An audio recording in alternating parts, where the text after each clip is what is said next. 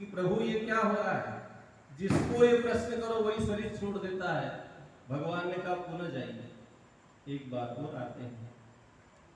जैसे आए वहां पर उस वृक्ष के नीचे गौ माता का छोटा सा बछड़ा, और उनने उनसे भी वही प्रश्न किया कि सत्संग की महिमा बताइए। और जैसे उनने पूछा वो बछड़ा भी मर गया। अब नारद जी को बड़ा हुआ कि भाई क्या एक के बाद एक जीव चले जा रहे हैं। फिर नारद जी भगवान के श्री चरणों में हाजिर होते हैं और जाकर पुनः कहते प्रभु 3 बार हुआ और तीनों बार ये घटनाएं हो चुकी है। भगवान ने कहा अब की बार उस देश के राजा के घर आप जाइए। उस राजा के घर अभी एक शिशु ने जन्म लिया है, आप जाकर उस शिशु से सत्संग की महिमा जानिए। नारद जी ने कहा प्रभु अभी तक तो जीव थे, जिनको पूछा और वो चले गए, लेकिन राजा का बच्चा है, यदि वो भी चला गया तो मेरी दुर्गति हो सकती है। उन्होंने कहा नहीं आप जाइए।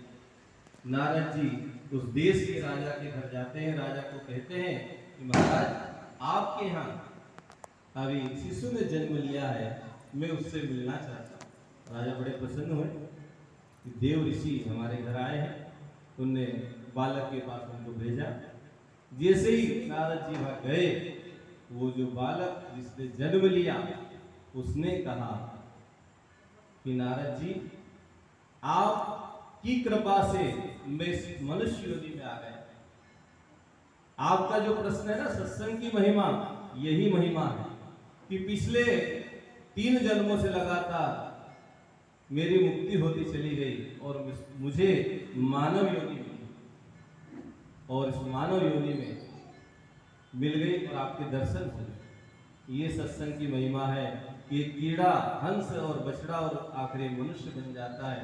भाइयों बहनों, इस कहानी के पीछे जो उद्देश्य है वो ये है कि हम सभी कई योनियों में होते होते सत्कर्म पुण्य कर्म करते हुए आज हम मनुष्य बने।